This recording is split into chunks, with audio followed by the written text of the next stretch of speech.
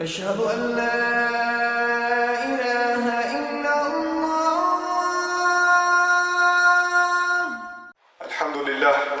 الحمد لله خالق الوجود من العدم وجاعل النور من الظلم ومخرج الصبر من الألم وملقي التوبة على الندم، فنشكره على المصائب كما نشكره على النعم، ونصلي على رسوله الأكرم ذي الشرف الأشم والنور الأتم والكتاب المحكم وكمال النبيين والخاتم، سيد ولد آدم الذي بشر به عيسى ابن مريم ودعا لبعثته إبراهيم عليه السلام حين كان يرفع قواعد بيت الله المحرم، فصلى الله عليه وسلم وعلى أتباعه خير الأمم الذي بارك الله بهم كافة الناس العرب منهم والعجم.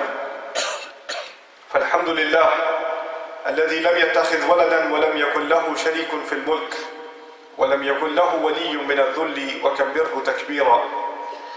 والحمد لله الذي أنزل على عبده الكتاب ولم يجعل له عوجا.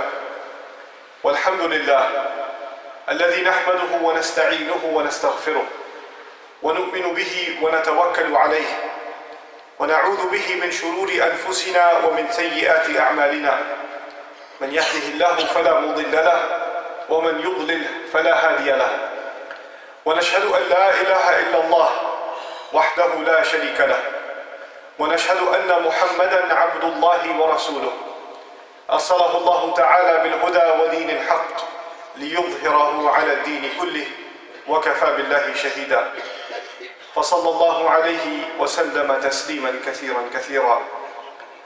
ثم أما بعد، فإن أصدق الحديث كتاب الله، وخير الهدي هدي محمد صلى الله عليه وسلم، وإن شر الأمور محدثاتها، وإن كل محدثة بدعة، وكل بدعة ضلالة، وكل ضلالة في النار. يقول سبحانه وتعالى في كتابه الكريم بعد نقول أعوذ بالله من الشيطان الرجيم: وأوحى ربك إلى النحل أن اتخذي من الجبال بيوتا ومن الشجر ومما يعرشون ثم كلي من كل الثمرات فاسلكي سبل ربك ذللا يخرج من بطونها شراب مختلف ألوانه فيه شفاء للناس إن في ذلك لآية لقوم يتفكرون. رب اشرح لي صدري ويسر لي أمري واحلل عقدة من لساني يفقه قولي. واللهم ثبتنا عند الموت بلا إله إلا الله، واللهم اجعلنا من الذين آمنوا وعملوا الصالحات وتواصوا بالحق وتواصوا بالصبر، آمين يا رب العالمين। একজন মুসলিমের চিন্তা পদ্ধতি অন্য সবার চেয়ে ভিন্ন। এর কারণ হলো আল্লাহর কিতাব। এটা আমাদের চিন্তাধারাকে রূপদান করে। বস্তুত আজ আমি আলোচনা শুরু করতে চাই সূরা মুলকের একটি আয়াত দিয়ে, যেখানে বলা হয়েছে লোকেরা জাহান্নামে প্রবেশ করছে আর প্রবেশ করাকালে তাদেরকে তাদের অপরাধ সম্পর্কে জিজ্ঞেস করা হচ্ছে। তখন তারা উত্তরে বলবে ওয়াকালু লাউ কুন্না নাসমাউ আও নাকিল মা কুন্না ফি আসহাবিস সাঈর, বিখ্যাত একটি আয়াত। এবং তারা বলবে যদি আমরা শুনতাম। চলুন এখানে একটু থামি। এখানে কি শোনার কথা বলা হচ্ছে? যদি কুরআন শুনতাম, যদি ইসলামের বার্তা শুনতাম, যদি উপদেশগুলো শুনতাম, যদি কুরআন শুনতাম। এই অংশটি সবাই বুঝে, কিন্তু এরপরের আয়াতে ওয়া নাকিলু বলা হয়নি, বলা হয়েছে আও নাকিলু, লাউ কুন্না নাসমাউ আও নাকিলু। আর আরবিতে আও অর্থ অথবা, যদি আমরা শুনতাম অথবা বিবেক বুদ্ধি প্রয়োগ করতাম, অর্থাৎ যদি শুনতাম অথবা অন্তত পক্ষে চিন্তা ভাবনা করতাম। কথাগুলো এভাবে উপস্থাপনার পেছনে শক্তিশালী উদ্দেশ্য রয়েছে। একদিকে মুসলমানরা কিছু শুনলে সেখান থেকে কিছু শেখার চেষ্টা করবে। আমরা খুতবা শুনি, রিমাইন্ডার শুনি, লেকচার শুনি, কিছু পড়লেও আমরা ওইখান থেকে শিখি। এগুলো থেকে আমরা উপদেশ গ্রহণ করে থাকি এবং হতে পারে এগুলোর আলোকে নিজের ভালোর জন্য নিজের মাঝে পরিবর্তন আনি। অন্তত পক্ষে প্রত্যেকের মাঝে পরিবর্তনের চেষ্টা থাকা উচিত। এই মানুষগুলোর আজ এই পরিণতির অন্যতম একটা কারণ হলো ভালো ভালো উপদেশ শোনার পরেও তারা নিজেদের পরিবর্তন করেনি। তারা শুনতে অস্বীকার করলো। মানে শ্রবণ করার দুইটা দিক রয়েছে, একদিকে কিছু কথা কানে প্রবেশ করা আর অন্যদিকে সে কথাগুলো নিজের জীবনে প্রয়োগ করা। আরবি ভাষার ক্ষেত্রে এই কথা যেমন সত্য, তেমনি ইংরেজি ভাষার ক্ষেত্রেও সত্য। যেমন যখন একজন বলেন আমি তাকে উপদেশ দেওয়ার চেষ্টা করেছি কিন্তু সে শোনেনি, এর অর্থ এটা নয় যে সে আমার কথা শুনতে পায়নি, বরং এর অর্থ হলো সে আমার কথা অনুযায়ী কাজ করেনি। তাহলে দেখা যাচ্ছে শ্রবণ করার মাঝে এই দুইটি দিক রয়েছে। কিন্তু পরের কথাটির উপর আজ আমি জোর দিতে চাই, অথবা যদি আমরা চিন্তা ভাবনা করতাম, যদি আমরা নিজেদের বিবেক বুদ্ধি প্রয়োগ করতাম। এই আয়াতের বাহিরে আরও বহু আয়াতে আমাদের বলেছেন একজন মুসলিমের নিয়মিত চিন্তা করা উচিত, এমনকি যখন সে কোনো শায়েকের কাছ থেকে কিছু না শুনে নিভৃতে বসে থাকে তখনও তার চিন্তা করা উচিত। আমরা সর্বদা চিন্তাশীল মানুষ, তো যে বিষয়গুলো আমাদের চিন্তাশীল বানায় তা হলো আয়াত। আল্লাহর নিদর্শনগুলোর উদ্দেশ্য হলো লাআল্লাহুম ইয়াতাফাক্কারুন লিকওমি ইয়াকিলুন লাআল্লাকুম তাকিলুন লিয়াদাব্বারু লিআয়াতি, যাতে তারা এর আয়াতসমূহ নিয়ে গভীরভাবে চিন্তা করে। আর আয়াত বলতে শুধু কোরআনের আয়াত বোঝানো হচ্ছে না, চারপাশে আল্লাহর যে বিস্ময়কর সৃষ্টি রয়েছে তাও বোঝানো হচ্ছে। যখন বাহিরে গিয়ে আকাশের দিকে তাকান তখন আপনার এটা নিয়ে চিন্তা করা উচিত। আমরা যখন বাহিরে কোনো গাছের দিকে তাকাই তখনও আমাদের চিন্তা করা উচিত। মুসলিমদের তো এটাই করার কথা। সবাই যা দেখে আমরা তো তা নিয়ে ভিন্নভাবে চিন্তা করি, তারাও দেখে আর আমরাও দেখি। কিন্তু আমরা যখন দেখি আমরা এর সাথে অন্য কিছুও পর্যবেক্ষণ করি, আমরা চিন্তা করার সুযোগ দেখি। তো আজকের খুতবাহ এমন একটি বিষয় নিয়ে যা অনেকটা উপেক্ষিত। আল্লাহ আজ্জা জাল্লা চান আমরা যেন এই সম্পর্কে চিন্তা করি। তিনি চান আমরা যেন ব্যাপারটা গভীরভাবে ভেবে দেখি। এভাবে দুটি বিষয়ের মাঝে পার্থক্য তৈরি হয়, যখন আমরা ভাষা ভাষা কোরআন অধ্যয়ন করি এবং সামনে এগিয়ে যাই, অথবা আমরা থামি এবং আল্লাহ সুবহানাহু ওয়া তাআলা কি বলছেন তা নিয়ে গভীরভাবে ভেবে দেখি। তিনি এই অসাধারণ আয়াতে বলেন ওয়া আওহা রাব্বুকা ইলান নাহলে, আল্লাহ ওহী অবতীর্ণ করেন, আপনার রব ওহী অবতীর্ণ করেন। যখন বলেন আওহা রব্বুকা, কোরআন যেহেতু রাসূলুল্লাহ সাল্লাল্লাহু আলাইহি সাল্লামের নিকট অবতীর্ণ কালাম, যখন বলা হয় আপনার রব অবতীর্ণ করেছেন, রাসূলুল্লাহ সাল্লাল্লাহু আলাইহি সাল্লাম যখন এই কথা শুনছেন তিনি হয়তো ভাবছেন আমার রব আমার প্রতি কোরআন নাজিল করেছেন। কিন্তু এই আয়াতে আল্লাহ বলছেন আমি আপনার নিকট অবতীর্ণ হওয়া ওহী সম্পর্কে কথা বলছি না, আমি মৌমাছির নিকট অবতীর্ণ হওয়া ওহী সম্পর্কে কথা বলছি। যেই প্রভু আপনার নিকট কোরআন অবতীর্ণ করেন তিনি মৌমাছির প্রতিও কিছু একটা অবতীর্ণ করেন। ব্যাপারটা নিয়ে একটু ভেবে দেখুন। মৌমাছি আমাদের অধিকাংশের নিকট গুরুত্বপূর্ণ কোনো বিষয় নয়। এমন নয় যে আমরা প্রতিদিন এটা দেখি। যদি দেখেন ভয় পেয়ে তাড়িয়ে দেন। আর যদি শহরে বাস করেন তাহলে তো আপনি এমনিতেই প্রকৃতি থেকে অনেক দূরে।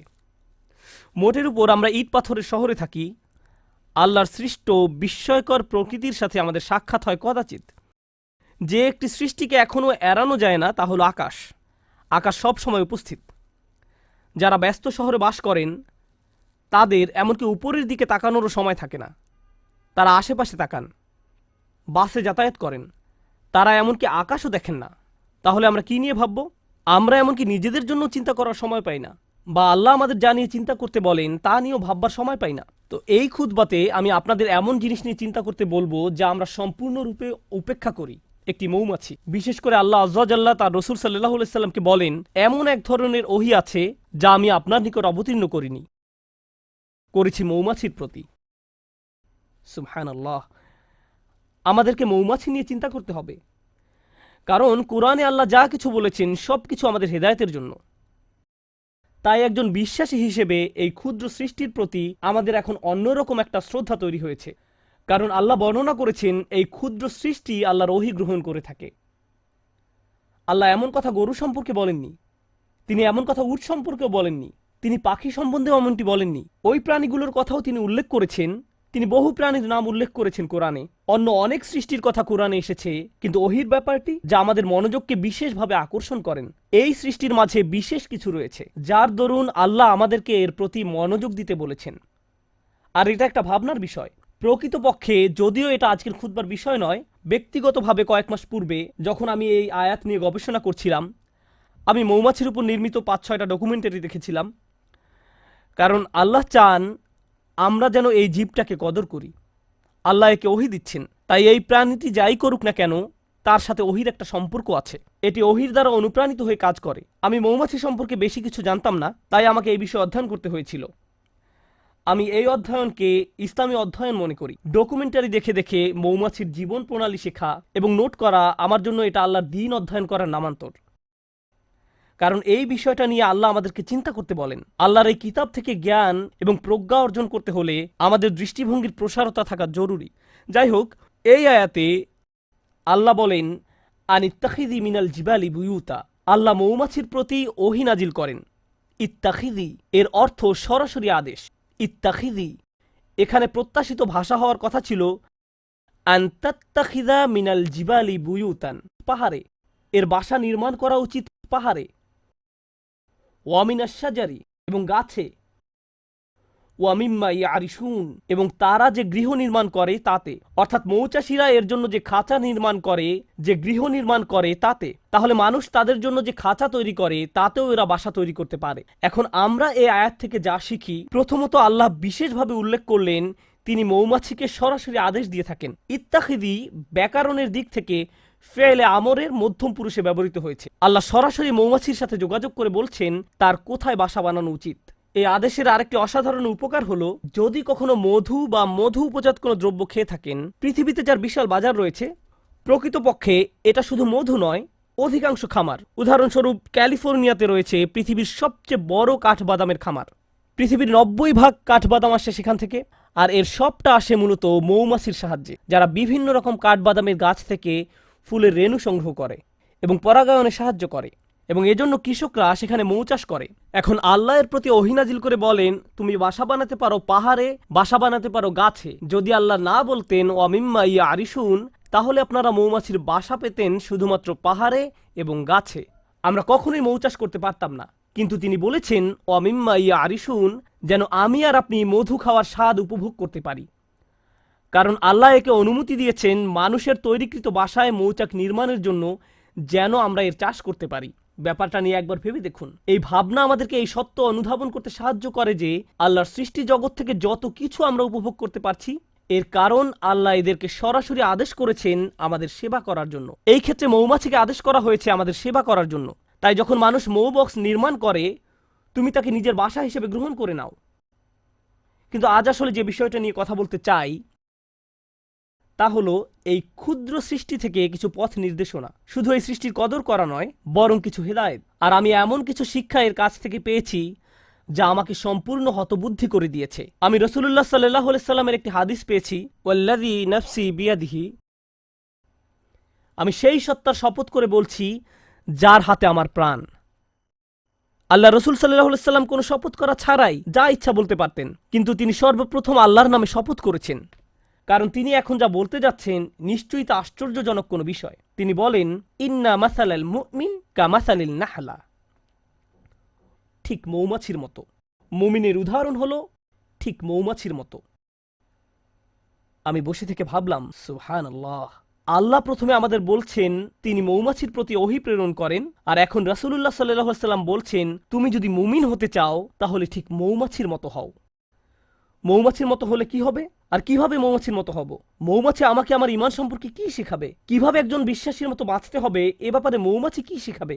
ব্যাপারটা এতই সিরিয়াস যে আল্লাহ রসুল সাল্লাল্লাহু আলাইহি সাল্লাম প্রথমে আল্লাহর নামে শপথ করেছেন, তারপর এই কথা বলেছেন। তো তিনি আমাদের কিছু কথা বললেন যার প্রতি আমাদের মনোযোগ দেওয়া প্রয়োজন। কিন্তু আমি চাই রাসূলুল্লাহ সাল্লাল্লাহু আলাইহি সাল্লাম কি বলেছেন আপনারা তার প্রতি মনোযোগ প্রদান করুন। তিনি বলেন আকালাত তাইয়িবান, এটি ভালো জিনিস খায়, এটি ভালো এবং খাঁটি জিনিস খায়। মৌমাছি উত্তম ফুলের নিকট যায়, এটি এমন কোনো ফুলের নিকট থেকে নেয় না যেটি অপরিপক্ক, নষ্ট। এটি এমনকি এমন কোনো ফুলের নিকটও যায় না, গন্ধ শুকে এটি বুঝে ফেলে অন্য মৌমাছি ইতোমধ্যে এই ফুলের কাছ থেকে নিয়ে গেছে। এটি নতুন, পরিষ্কার, খাঁটি একটি ফুলের নিকট যায়। এটি শুধু সেই ধরনের ফুলের নিকট যায়। আমাদের ঈমানের প্রথম যে ব্যাপারটি এখানে হাইলাইট করা হয়েছে তা হলো যে রিজিকের আমরা সন্ধানে বেরিয়ে পড়ি, শুধু যে খাদ্য আহার করি তাই নয়, বরং যে রিজিকের পিছনে ছুটি, যে চাকরি আপনি পাবেন, যে ব্যবসা আপনি শুরু করবেন, যে টাকা আপনি কামাবেন এবং যে খাদ্য আপনি আহার করবেন, সব কিছুতে খাঁটি জিনিসের সন্ধান করুন। এমন জিনিসের অনুসন্ধান করুন যা খাঁটি, যা পবিত্র। সর্বোত্তম জিনিসের খোঁজ করুন। আর জানেন তো, মৌমাছি সবচেয়ে ভালো ফুল না পাওয়া পর্যন্ত খুঁজতে থাকে। তাই আমাদেরও সেরাটা অর্জন করতে হবে। ফালিয়ুতকিনহু, একজন মুমিনের দৃষ্টিভঙ্গি এমনই, তার উচিত দক্ষতা অর্জন করা। আপনাদের সবাই যখন কিছু করবেন তাতে দক্ষতা অর্জন করুন। আপনার উচিত সেরা হওয়া, এটাই মৌমাছি করে। সে সেরা ফুলের সন্ধানে থাকে, এটাই মৌমাছি করে। এটাই প্রথম শিক্ষা। তারপর তিনি বলেন অওয়াদাআত তাইয়িবান, এটি উত্তম উপায়ে বসে।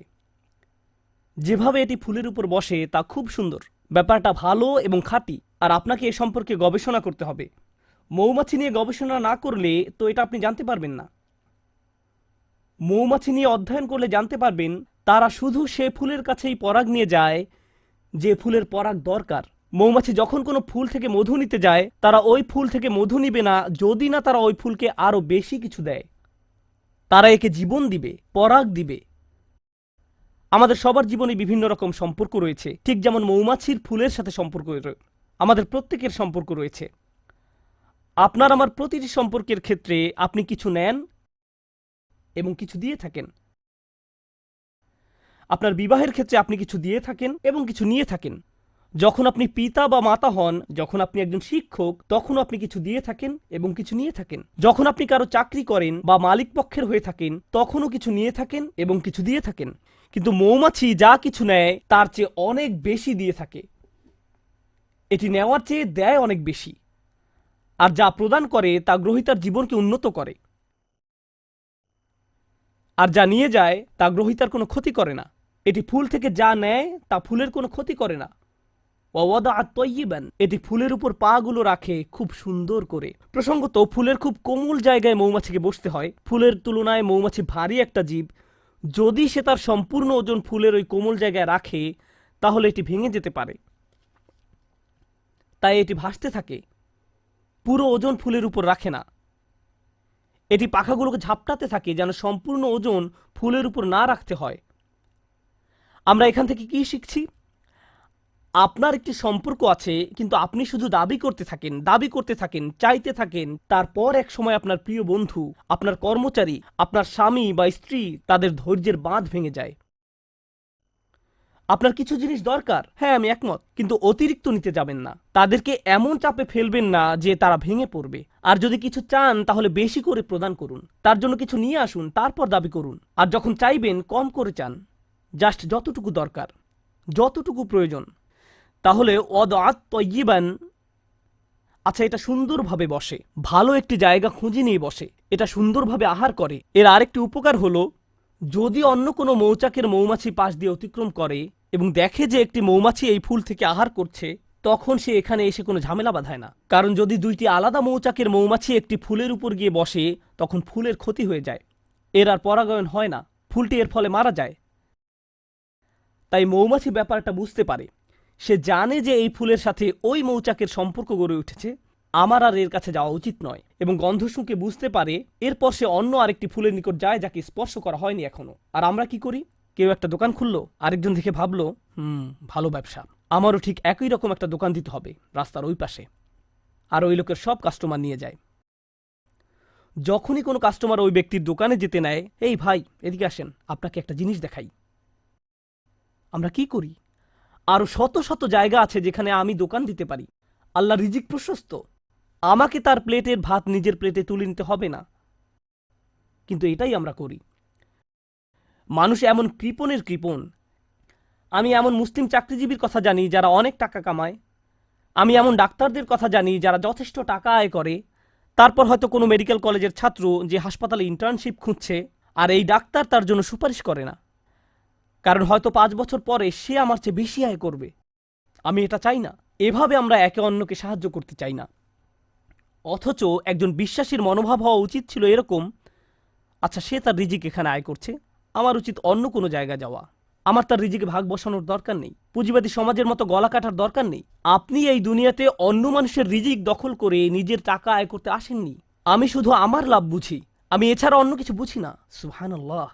আর নবী সাল্লাল্লাহু আলাইহি সাল্লাম বলেন, ওয়াকাত ফালাম তাকসির, এটা বসে কিন্তু ভেঙে ফেলে না, এটা দাবি করে এবং নিজেরটা নেয় কিন্তু ভাঙে না। এটা নেয় সর্বোত্তম পন্থায়। আহার করার কি এক মহৎ পন্থা, বাঁচার কি এক মহৎ পন্থা। আমাদের ক্ষেত্রে ব্যাপারটা শুধু টাকার সাথে জড়িত নয়, সম্পর্কের ক্ষেত্রেও এমনটা ঘটে। আমাদের সকল সম্পর্কের জন্য এখান থেকে যা শিখছি, যদি আমরা সত্যই মৌমাছির কাছ থেকে কি শিক্ষা নিব তা বুঝতে পারি, যে শিক্ষাটা উপলব্ধি করার প্রতি রাসূলুল্লাহ সাল্লাল্লাহু আলাইহি ওয়াসাল্লাম এত বেশি জোর প্রদান করেছেন, তাহলে আমাদের বুঝতে হবে, আমি কি আমার বাচ্চাদের উপর অনেক বেশি প্রেসার দিচ্ছি? আমি কি আমার পিতামাতার কাছ থেকে অনেক কিছু দাবি করছি? আমি কি আমার স্বামীর কাছ থেকে বেশি কিছু দাবি করছি? আমি কি আমার স্ত্রীর কাছে অনেক কিছু আশা করছি? আমি কি আমার বন্ধুর কাছে অনেক অনেক কিছু চাচ্ছি? আমি কি আমার কর্মচারীদের উপর অনেক বেশি কঠোর? আমি কি আমার শিক্ষককে অনেক বেশি জ্বালাতন করছি? আপনাকে এই প্রশ্নগুলো করতে হবে, কারণ আপনি মৌমাছির মতো হতে চান। তারপর সবশেষে তিনি বলেন, ওয়ালাম তুফসিদ, ওয়ালাম তুফসিদ, এবং এটি কোনো দূষণ তৈরি করে না। মৌমাছিদের একটি উল্লেখযোগ্য ব্যাপার হলো, যে ফুলের কাছে তারা মধু আহরণ করতে যায় তা নিজেদের বাসা থেকে অনেক দূরে, সুতরাং তারা অনেক দূর পথ ভ্রমণ করে, কখনো কখনো তা কয়েক মাইলও হয়ে থাকে। এরপর তারা নিজেদের মৌচাকে ফিরে আসে। আর মৌচাক শুধু তার নিজের বাসা নয়, তার বিশাল প্রতিবেশী রয়েছে, সবাই এই মৌচাকে বাস করে। আল্লাহ তাদেরকে বিশেষ ধরনের নাচ শিখিয়েছেন। একটি নির্দিষ্ট নিয়মে তারা বাতাসে ভাসতে থাকে, যা অন্য মৌমাছিদের জন্য অন্য ফুলের পথ বাতলে দেয়। দেখো, আমি আমার নিজের জন্য কিছু রিজিক পেয়েছি, তোমরাও অমুক অমুক ফুল থেকে উপকার পেতে পারো। আমি তোমাদেরকে সেই রাস্তা দেখিয়ে দিচ্ছি। এটা তখন তাদেরকে পথ দেখায়। এর নাম হলো বি ড্যান্স। জনপ্রিয় পরিভাষা হলো বি ড্যান্স। তারা অন্য মৌমাছির সামনে এই নাচ দেখাতে থাকে, যেন অন্যরাও থেকে মধু আহরণ করতে পারে, যেন তারাও খেতে পারে। এভাবে তারা নিজেদের সমাজ তৈরি করে, একসাথে তারা নিজেদের মৌচাক নির্মাণ করে। তো এটা বুঝতে পারে যে যখন কেউ কোনো কিছু থেকে উপকার পেয়ে থাকে, এটা কোনো প্রতিযোগিতা নয়। যদি সে অন্যদের উপকার পাওয়ার সুযোগ করে দেয়, এর মাধ্যমে আসলে সবাই উপকৃত হয়। আমি নিজে নিজে একটি মৌচাক নির্মাণ করতে পারবো না, আমাদের সবাইকে এর জন্য কাজ করতে হবে। পক্ষান্তরে মুসলিম সমাজে কি হয়, যখন আমাদের ঈমান থাকে না, যখন কেউ উন্নতি করে আমরা হিংসুক হয়ে পড়ি। তাহলে কাউকে বলতে চান না কিভাবে এই উন্নতি করলেন। আচ্ছা, আপনার দোকানের সাপ্লাই কোথা থেকে পান? আমি জানি না, ভুলে গেছি। আচ্ছা, আপনার চাকরির জন্য কোথায় আবেদন করেছেন? আপনার রিজিউম কেমন? আমি জানি না, ফাইলটা হারিয়ে ফেলেছি। আপনি কাউকে সাহায্য করতে চান না। এটা হলো প্রতিযোগিতা। আমি কেন প্রতিযোগিতায় আরেকজনকে সাহায্য করব? আমি কেন তাকে বোর্ড কমিটিতে সিট পেতে সাহায্য করব? আর রাসূলুল্লাহ সাল্লাল্লাহু আলাইহি সাল্লাম মৌমাছির জীবনের মাঝে সীমাহীন বিজ্ঞতা দেখতে পেলেন, কারণ আল্লাহ তাকে বলেছেন, দেখো আমি মৌমাছির নিকট ওহী প্রেরণ করছি। ওয়া আওহা রব্বুকা ইলান নাহল। যে পথটা মৌমাছি অনুসরণ করে, আল্লাহ তাকে বলছেন সুবুলা রাব্বিক। মৌমাছি বৃত্ত তৈরি করে দুলতে দুলতে সামনে চলতে থাকে, কিন্তু আমাদের পক্ষে তাদের এই পথ ভ্রমণ দেখা সম্ভব নয়। আর আল্লাহ বলছেন, প্রতিটি বাঘ যে এটি নিয়ে থাকে সেটি তার রবের দেখানো পথ। আল্লাহ তাদের জন্য এই পথটি তৈরি করেছেন, আর তিনি এটাকে জুলুলান বলেছেন। এই আয়াতে যে হাল ব্যবহার করা হয়েছে তা হলো জুলুলান। আল্লাহ বর্ণনা করেছেন, মৌমাছি নম্রতার সাথে এগিয়ে চলে। এর একটা চাকরি আছে, গুরুত্বপূর্ণ কাজ আছে, এটা একটা মিশনে আছে, এটা একটা লক্ষ্যপানে এগিয়ে চলছে, কিন্তু তাই বলে এটা অহংকারী নয়। অনেক সময় দেখবেন মানুষ ব্যস্ত সময় কাটালে কেমন যেন অহংকারী হয়ে ওঠে। আমি মারাত্মক ব্যস্ত, তোমার জন্য আমার সময় নেই, পরে কল দিও। আর আপনাদের মাঝে কেউ কেউ বড় চাকরি করেন, মাকে কল দেওয়ার সময় নেই। অন্যদিকে মৌমাছি জুলুলান তথা কাজ করতে যাওয়ার সময়ও নম্রভাবে পথ চলতে থাকে। সুবহানাল্লাহ। সব শেষে যা বলতে চাই, আর 2 মিনিট সময় আছে, আমি মৌমাছি নিয়ে শেষ একটি কথা বলতে চাই। যদিও অনেক কিছু বলার ছিল, শেষ একটা কথা, আল্লাহ এই জীবটাকে অসাধারণ করে বানিয়েছেন, আর এটাকে তার নিজের কাজ করার যোগ্য করে তৈরি করেছেন। এটা নিজের জীবিকা আহরণ করছে। এই মৌমাছির অন্যদের সাথে সম্পর্ক আছে, নিজে উপকৃত হচ্ছে, সমাজের সবার উপকার করছে। এই সব কিছুর উপরে এটা মৌচাক নির্মাণ করে। এই মধুর উপকার মৌমাছিকে ছাড়িয়ে আরো বহু সৃষ্টির মাঝে ছড়িয়ে পড়ে, যা শিফাউন লিন্নাস। এই মধুতে মানবজাতির জন্য রয়েছে চিকিৎসা, ছোট্ট একটা প্রচেষ্টা থেকে। আমরা এখান থেকে কি শিখছি? আমরা যদি মুমিনদের একটি সমাজ তৈরি করতে চাই, আমরা যদি পরস্পরের উপকার করতে চাই, আমরা যদি একসাথে ভাই ভাই হয়ে বাস করতে চাই এবং অল্পে তুষ্ট থাকি, আমাদের সম্পর্কগুলোর উপর বেশি চাপ না দিয়ে থাকি, এর ফলে আমরা যে সমাজ নির্মাণ করব, এতে শুধু নিজেদের উপকার হবে না, বরং মানবতা এর দ্বারা উপকৃত হবে, আরোগ্য লাভ করবে। যদি মৌমাছিদের একটি সমাজ পৃথিবীকে আরোগ্য দান করতে পারে, কত শত রোগবালাই মধুর মাধ্যমে আরোগ্য লাভ করে। রাসূলুল্লাহ সাল্লাল্লাহু আলাইহি সাল্লাম কর্তৃক সত্যায়িত একটি ওষুধ হলো মধু। আর মধু কখনো তৈরি হয় না যতক্ষণ না মৌমাছির একটি সমাজ একত্রে বসবাস করা শিখে এবং একত্রে কাজ করা শিখে। যদি এই উম্মাহ, যার মৌমাছির মতো হওয়ার কথা, যদি আমরা একসাথে কাজ করা শিখি, একত্রে বসবাস করা শিখি এবং আমাদের নিজস্ব সমাজ তৈরি করি, এর ফলে আমরা শুধু নিজেদের উপকার করব না, আমরা মানবজাতির জন্য আরোগ্য লাভের এক উপায়ে পরিণত হব। কারণ মানবজাতি আজ লোভী হয়ে পড়েছে, সবাই শুধু নিজের চিন্তায় ব্যস্ত। তারা বলে, আগে নিজের চরকায় তেল দাও। আমরা এই গ্রহকে জ্যান্ত সাবার করে ফেলেছি। প্রসঙ্গত, এতে অবাক হওয়ার কিছু নেই। আজ যেহেতু পৃথিবীতে ফিতনা বেড়ে গেছে, পৃথিবীতে আরেকটি ট্র্যাজেডিও লক্ষ্য করা যাচ্ছে। মৌচাকগুলো দিন দিন উধাও হয়ে যাচ্ছে। আল্লাহ আজ্জা ওয়া জাল্লার একটি অন্যতম নিদর্শন হারিয়ে যাচ্ছে এবং এজন্য সব শেষে রাসূলুল্লাহ সাল্লাল্লাহু আলাইহি সাল্লাম বলেন, ওয়ালাম তুফসিদ, এটা ফাসাদ তৈরি করে না, এটা আহার করার মাধ্যমে আরো বেশি জীবন তৈরি করে। যখন মৌমাছি আহার করে এটি আরো জীবন তৈরিতে সাহায্য করে।